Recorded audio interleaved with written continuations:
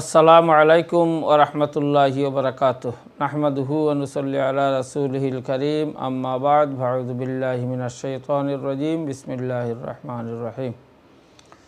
সম্মানিত আয়ন টিভির শ্রোতা ও দর্শক মণ্ডলী, আপনারা যে যেখান থেকে আমাদের অনুষ্ঠান দেখছেন শুনছেন, আপনাদের সবাইকে স্টুডিও থেকে আমি মোহাম্মদ আব্দুল কুদ্দুস অভিনন্দন জানাচ্ছি, মোবারকবাদ জানাচ্ছি এবং আপনাদের প্রিয় অনুষ্ঠান আলোর পথে দেখার জন্য, সাথে থাকার জন্য, অংশগ্রহণ করার জন্য সাদর আমন্ত্রণ জানাচ্ছি। সম্মানিত শ্রোতা ও দর্শক মণ্ডলী, আলহামদুলিল্লাহ প্রত্যেক সপ্তাহের মতো আজকেও আপনাদের প্রিয় অনুষ্ঠান নিয়ে এসেছি। আশা করব প্রত্যেক দিন যেভাবে অংশগ্রহণ করে থাকেন আজকেও সেভাবে অংশগ্রহণ করবেন। স্ক্রিনের মধ্যে যে নম্বরটি দেখতে পাবেন সেই নম্বরে টেলিফোন করে সরাসরি আমাদের সাথে কথা বলতে পারবেন, প্রশ্ন রাখতে পারবেন, আপনাদের অভিমত রাখতে পারবেন। অথবা স্ক্রিনের মধ্যে যে মোবাইল নম্বরটি দেখতে পাবেন সেই নম্বরে টেক্সটের মাধ্যমে আমাদের কাছে প্রশ্ন রাখতে পারবেন, আপনাদের মতামত রাখতে পারবেন ইনশাআল্লাহ। সম্মানিত শ্রোতা ও দর্শক মণ্ডলী, আলহামদুলিল্লাহ আপনারা সবাই জানেন আমাদের এই অনুষ্ঠানে আমাদের সম্মানিত অতিথি এক এক দিন এক একটি বিষয় নিয়ে আলোচনা করে থাকেন। আজকে যে বিষয় সম্পর্কে আলোচনা করবেন সে বিষয়টি হচ্ছে পিতামাতার প্রতি সন্তানের কর্তব্য। এই বিষয়ের উপর অত্যন্ত গুরুত্বপূর্ণ আলোচনা করবেন, আপনাদের বিভিন্ন প্রশ্নের উত্তর দিবেন আজকের আমাদের সম্মানিত অতিথি, ব্রিটেনের ঐতিহ্যবাহী মসজিদ বায়তুল আমান জামে মসজিদের সম্মানিত ইমাম ও খতিব, বিশিষ্ট আলেমে দ্বীন, মিডিয়া ব্যক্তিত্ব হযরত মাওলানা আব্দুল মালিক সাহেব আমাদের সাথে রয়েছেন। আসসালামু আলাইকুম ওয়া রাহমাতুল্লাহ। ওয়ালাইকুম আসসালাম ওয়া রাহমাতুল্লাহি ওয়া বারাকাতুহু। জনাব ভালো আছেন? আলহামদুলিল্লাহ, আল্লাহর দরবারে শুকরিয়া। অসংখ্য ধন্যবাদ আপনাকে, সময় করে আমাদের কাছে সময় দিয়েছেন, এজন্য আপনাকে আমরা আমাদের অনুষ্ঠানের পক্ষ থেকে মুবারকবাদ জানাচ্ছি। আপনাকেও ধন্যবাদ এবং দর্শক শ্রোতা সবাইকে পবিত্র জুমার দিনের মুবারকবাদ ও শুভেচ্ছা রইল। অসংখ্য ধন্যবাদ। সম্মানিত শ্রোতা ও দর্শক মণ্ডলী, আসলে আমরা নির্দিষ্ট একটি সময়ের ভিতরে আলোচনা করতে হয়, নির্দিষ্ট সময়ের ভিতরে শেষ করতে হয় এবং এই জন্য অনেকে আপনারা আমাদের কাছে বিভিন্ন সময় অনুরোধ করেন, আমাদেরকে বলেন যে এই বিষয়ের উপরে আপনারা কথা বলবেন, এই বিষয়ের উপরে আপনারা একটু আলোচনা করবেন। আসলে সব সময় আমরা সব বিষয়ের উপর কথা বলতে পারি না সময়ের কারণে, এবং যে বিষয়গুলো আমাদের সমাজে সচরাচর মানুষের চোখের সামনে ভেসে উঠে আমরা সেই বিষয়গুলোকে গুরুত্ব সহকারে আলোচনায় নিয়ে আসি কুরআন এবং হাদিসের আলোকে। বিশেষ করে আজকের যে বিষয়, যে একজন সন্তানের প্রতি পিতামাতার কর্তব্য, সেটা তো আমরা ছোটো থেকেই জেনে আসছি কুরআন এবং হাদিসের আলোকে কিভাবে আমরা একজন পিতা এবং মাতাকে আমরা করব। কিন্তু সেটা অনেক সময় দেখা যায় যে আমরা কুরআন শরীফ পড়তেছি, হাদিস শরীফ পড়তেছি, বিভিন্ন ধরনের কিতাব, বিভিন্ন ধরনের বই পুস্তক পড়তেছি, আমরা বিভিন্ন ভালো ভালো কাজ করতেছি, আমরা অনেক কিছু চালাচ্ছি, অনেক কিছু আমরা করতেছি, কিন্তু দেখা যায় অনেকে আবার এই যারা অতটুকু করতেছে সমাজের জন্য বিভিন্ন কাজ কাম করতেছেন, সমাজ সেবা করতেছেন, কিন্তু দেখা যায় যে নিজের পিতামাতাকে আমরা আল্লাহ এবং রসুল যেভাবে আমাদেরকে নির্দেশ দিয়েছেন সেই অনুযায়ী আমরা তাদের হক বা তাদের প্রতি আমাদের যে কর্তব্য সেটা আমরা ইচ্ছায় হোক অথবা অনিচ্ছায় হোক সেটা আমরা করতে অক্ষম। তাই আমরা মনে করি এবং আমরা সবাইকে অনুরোধ করব যে কুরআন এবং হাদিসে যেভাবে আল্লাহ পাক রব্বুল আলামিন এবং আমাদের প্রিয় নবী হযরতে মুহাম্মদুর রাসূলুল্লাহ সাল্লাল্লাহু আলাইহি সাল্লাম আমাদেরকে নির্দেশ দিয়েছেন যে একজন সন্তানের উপর একজন সন্তান কিভাবে তার পিতামাতাকে সাহায্য করবে, তার দায়িত্ব এবং কর্তব্য আদায় করবে, সে অনুযায়ী আমরা করা প্রয়োজন। আমি আমার সম্মানিত অতিথির কাছ থেকে অবশ্যই আলোচনা শুনবো এবং আপনাদের প্রশ্ন আপনারা যদি রাখেন ইনশাল্লাহ আমরা সেই প্রশ্নের উত্তর দিব পরবর্তীতে। জনাব, আজকের যে বিষয় সে বিষয় সম্পর্কে যদি আপনি আলোচনা শুরু করেন।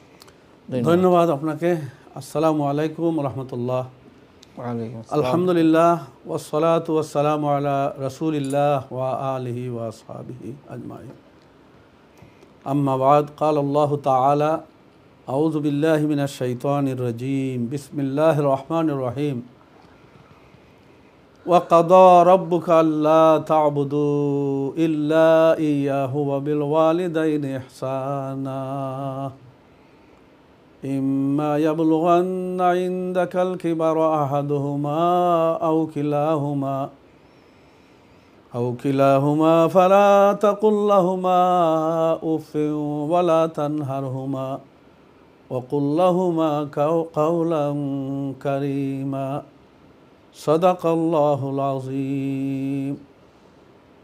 إن الله وملائكته يصلون على النبي يا أيها الذين آمنوا صلوا عليه وسلموا تسليما. اللهم صل على سيدنا مولانا محمد وعلى آله وأصحابه وبارك وسلم. আলহামদুলিল্লাহ। সম্মানিত দর্শক শ্রোতা ভাই বোনেরা, পবিত্র জুমার দিন আল্লাহ পাক রব্বুল আলামিনের দরবারে বড় মুতবররক একটা সুযোগ আমাদের, আল্লাহর দরবারে আমাদের আত্মার প্রশান্তি, দুনিয়া এবং পরকালের কল্যাণের জন্য আল্লাহর দরবারে চাওয়া, আল্লাহর দরবার থেকে হাসিল করার একটা সুবর্ণ সুযোগ। মহান আল্লাহ সুবহানাহু তাআলা আজকের এই পবিত্র জুমার দিন যে যেখানে আসেন সকলকে ভালো রাখুন, সুস্থ রাখুন, নেক হায়াতান তয়্যিবা নসিব করুন। অসুস্থ যারা বিভিন্ন হসপিটালে রয়েছেন, অনেকে দোয়া চান, আল্লাহ সুবহানাহু তাআলা সবাইকে যেন শিফায়ে কামিলা আজিলা নসিব করেন। পরপারে যারা চলে গেছেন, আল্লাহ তাআলা তাদের পরকালের জিন্দেগি শান্তিময় সুখের জীবন আল্লাহ তাআলা জান্নাতুল ফেরদাউসের অধিবাসী হিসাবে যেন কবুল ও মঞ্জুর করেন। আল্লাহ তাআলা কোরআনের মধ্যে আমাদের মুসলমান হিসাবে যে নির্দেশনা আমাদেরকে দান করছেন, আল্লাহ তাআলা তার নির্ধারিত আল্লাহর হুকুম ফয়সালাকৃত একটি আদেশ আল্লাহ আমাদের শোনাচ্ছেন। আল্লাহ বলছেন, ওয়া কাদা রাব্বুকা আল্লা তা'বুদু ইল্লা ইয়্যাহ। তোমাদের প্রভুর ডিসিশন, সিদ্ধান্ত আল্লাহ তাআলা জানাচ্ছেন যে আল্লাহ ছাড়া যেন কাউকে ইবাদত না করি। লা তা'বুদু, আল্লাহ ছাড়া কাউকে ইবাদত করো না। একত্ববাদের কথা আল্লাহ তাআলা এখানে বলছেন। এর সাথে সাথে আল্লাহ রাব্বুল আলামিন যে কথাটা আমাদেরকে স্মরণ করিয়ে দিচ্ছেন, এবং আল্লাহর ইবাদতের পরেই গুরুত্বের দিক থেকে যে কত বিশাল একটি সংবাদ আল্লাহ আমাদেরকে দিচ্ছেন, মাতা পিতার প্রতি আমাদের আচরণ সম্পর্কে আল্লাহ বলতেছেন। আল্লাহর হুকুম মাবুদ হিসাবে, স্রষ্টা হিসাবে, রিজেক দাতা, হায়াত দাতা, আরাম আয়েশ দানকারী রব্বে কায়নাত আল্লাহ সুবহানাহু তাআলা বলছেন যে এটাই তোমাদের প্রভুর সিদ্ধান্ত যেন তোমরা কি করো, আল্লাহ তা'বুদু ইল্লা ইয়্যা, আল্লাহ ছাড়া কাউকে তোমরা ইবাদত করো না, ওয়ার্শিপ করো না।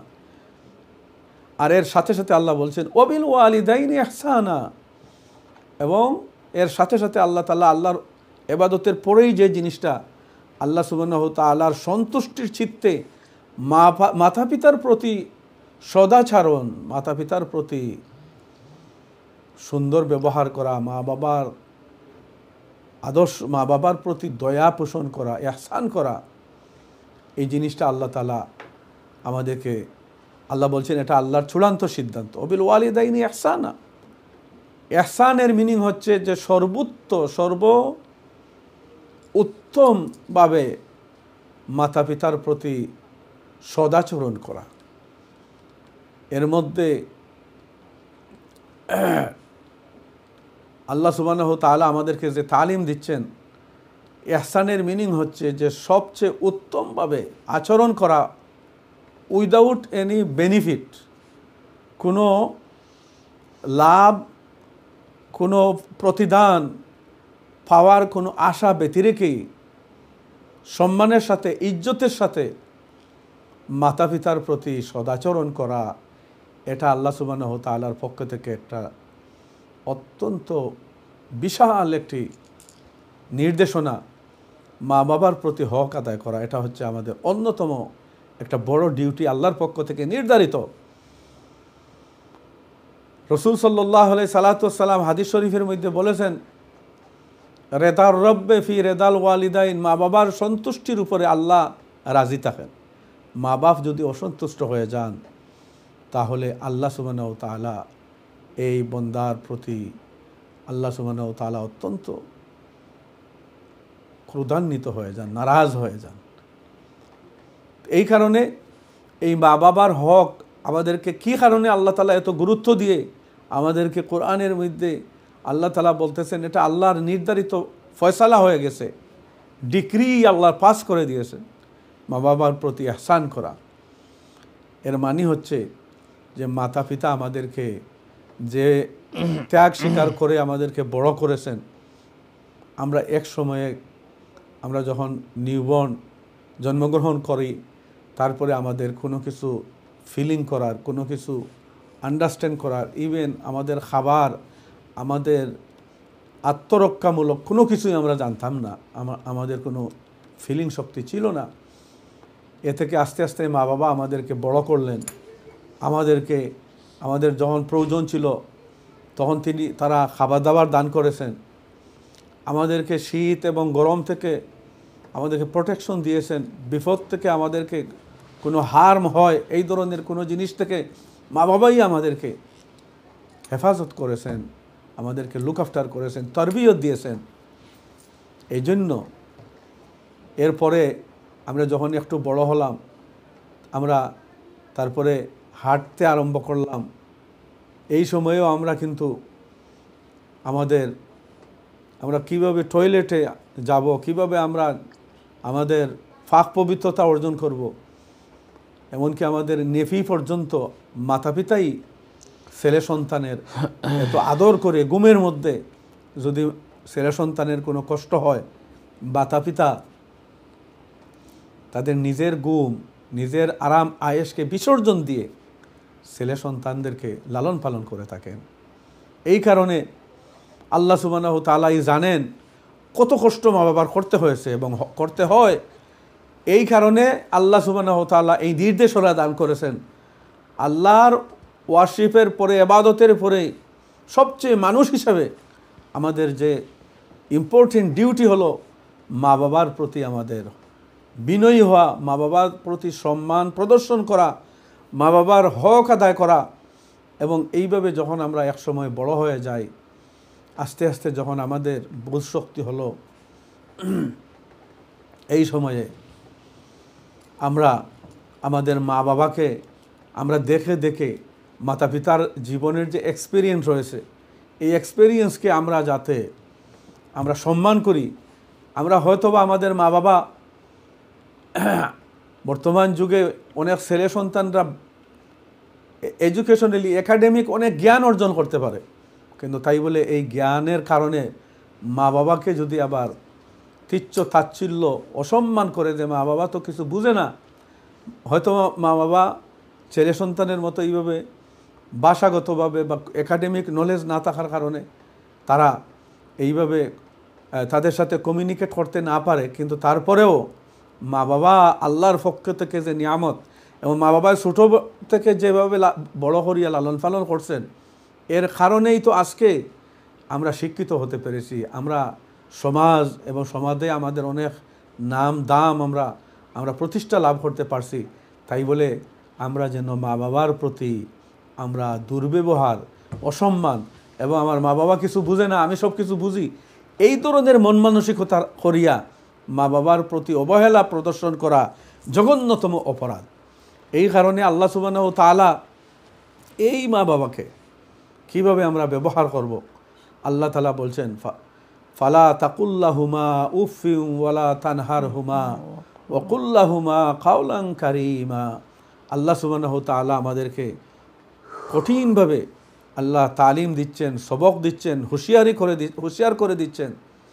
মা বাবার প্রতি আমরা যেন সদাচরণ করি, আমরা যেন মা বাবার প্রতি কোনো শক্ত কথা না বলি, মা বাবার মনের দিক থেকে মন থেকে কোনো একটা ছোট্ট আকারের দুঃখ প্রকাশ পায়, যে কথাটা উফ শব্দ বললে হয়, অর্থাৎ মা বাবার সামনে আমরা এমন আচরণ যেন না করি যে মা বাবা কিছু বলতে না পারলেও তার যদি ভিতর থেকে হায় শব্দটা বাহির হয়ে আসে যে আমার ছেলে আমার মেয়ে, আমরা কত কিছু করলাম, তাদেরকে লালন পালন কীভাবে করলাম, বড় করলাম, আর আজকে আমার ছেলে বা মেয়ে মনে করতেছে যে সে সব কিছু বুঝে ফেলছে, সে বড় শিক্ষিত হয়ে গেছে। কিন্তু এই পর্যায়ে গিয়েও যেন মা বাবাকে অবহেলা কেউ না করে এবং মা বাবার এমন আচরণ যেন না করে যে তার মন থেকে অতিষ্ঠ হইয়া শুধুমাত্র হায় শব্দটা যেন তার মুখ থেকে উচ্চারিত না হয়।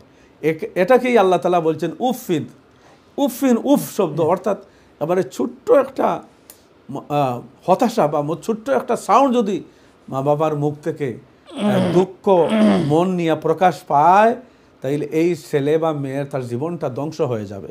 এই কারণে আল্লাহ তাআলা বলছেন ওকুল্লাহুমা কাওলান কারিমা, তাদের সাথে তোমরা সম্পূর্ণভাবে একেবারে সর্বোত্তম রেসপেক্ট সহকারে সর্বোত্তম আচরণ যেন তোমরা করো, তাহলেই আল্লাহ সুবহানাহু ওয়া তাআলা তোমাদের প্রতি রহম করম করবেন। এবং আল্লাহ সুবহানাহু ওয়া তাআলা মা বাবার প্রতি হক আদায় করার কারণে মা বাবা যদি আল্লাহর দরবারে কোনো দোয়া করে তাইলে এই দোয়া সরাসরি আল্লাহর কাছে পৌঁছে যায়।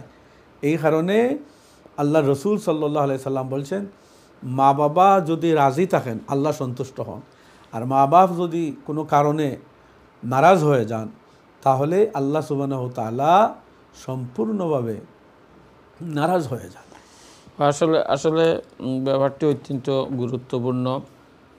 অনেক সময় দেখা যায় যে আমাদের সমাজে বা আমরা অনেক সময় অনেকের কাছে শুনি এবং প্রায় সময় বিভিন্ন নিউজে আমরা দেখি, বাংলাদেশ হোক অথবা দেশ হোক অন্যান্য দেশে হোক, দেখা যায় যে ছেলে মেয়ে অত্যন্ত স্বাবলম্বী ভালো অবস্থায় বাইরে দেশও আছেন, কিন্তু ওনাদের মা বাবার প্রতি ওনারা যত্ন নিচ্ছেন না, ওরা বৃদ্ধাশ্রমে রয়েছেন।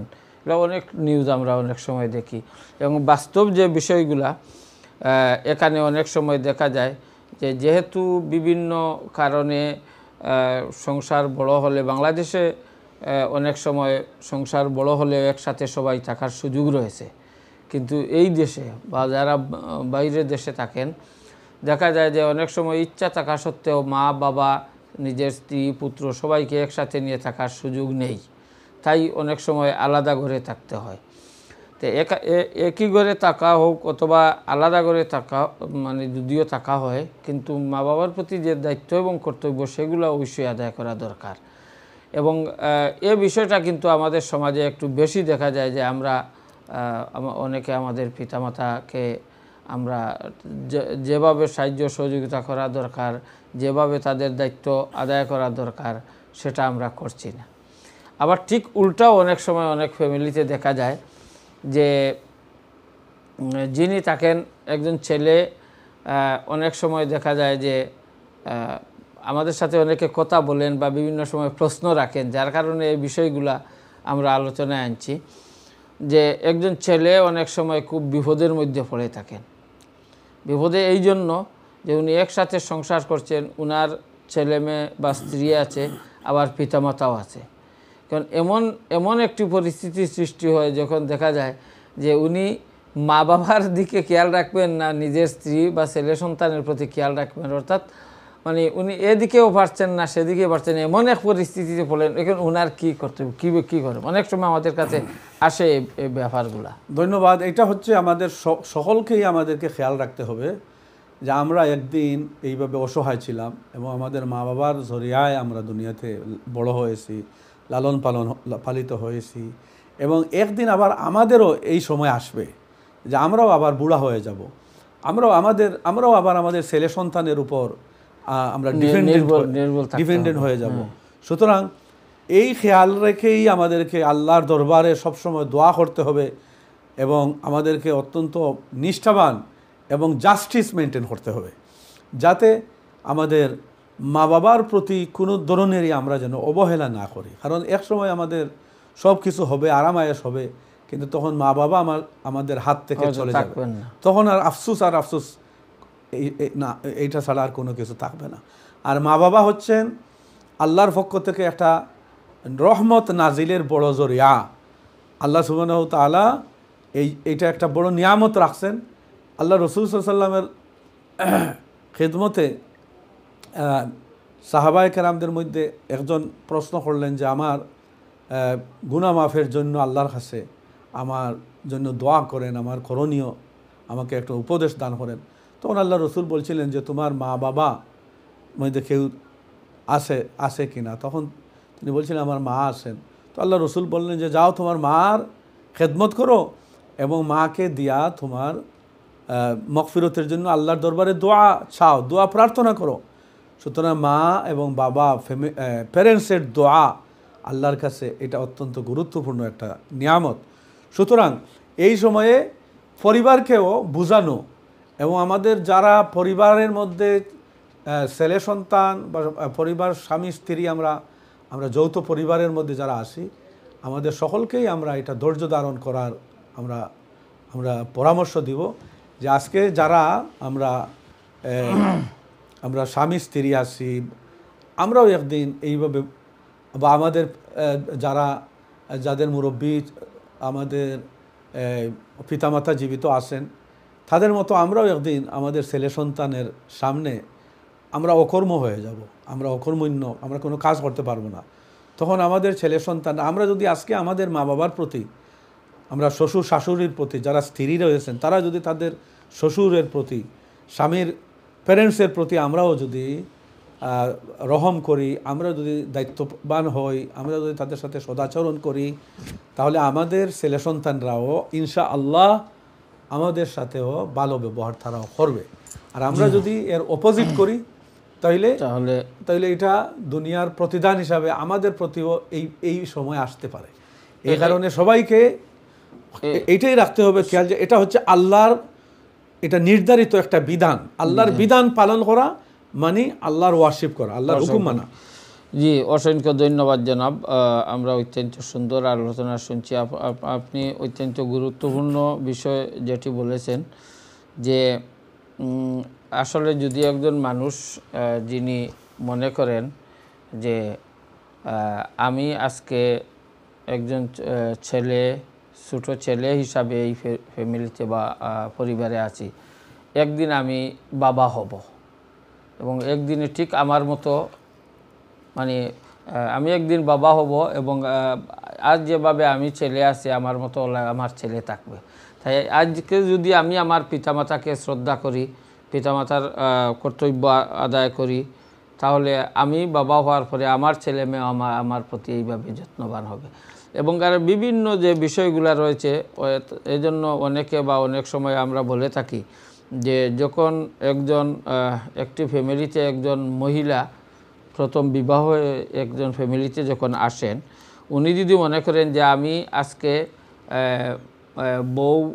বধূ হিসাবে, কন্যা হিসাবে এই ঘরে এসেছি, কিন্তু একদিন আমি এই ঘরের শাশুড়ি হব, এবং শাশুড়ি যিনি উনিও যদি চিন্তা করেন যে আমিও তো একদিন বধূ হিসাবে এখানে এসেছিলাম, আজকে শাশুড়ি হয়েছে।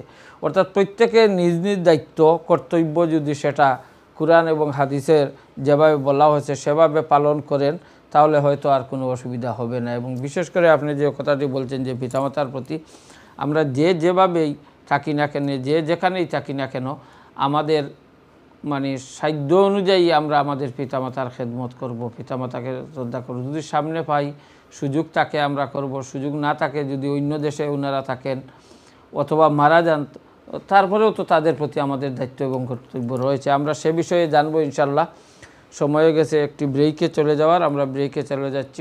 সম্মানিত শ্রোতা ও দর্শক মণ্ডলী, আমরা অত্যন্ত সুন্দর আলোচনা শুনছি পিতামাতার প্রতি সন্তানের কর্তব্য। এ বিষয়ে আমরা আলোচনা শুনব ইনশাল্লাহ। আমরা ব্রেকে চলে যাচ্ছি। ব্রেক থেকে আসার পরে আবারও আপনাদের সাথে মিলিত হব। সেই পর্যন্ত আপনারা আমাদের সাথেই থাকুন। আসসালামু আলাইকুম ওয়া রাহমাতুল্লাহ।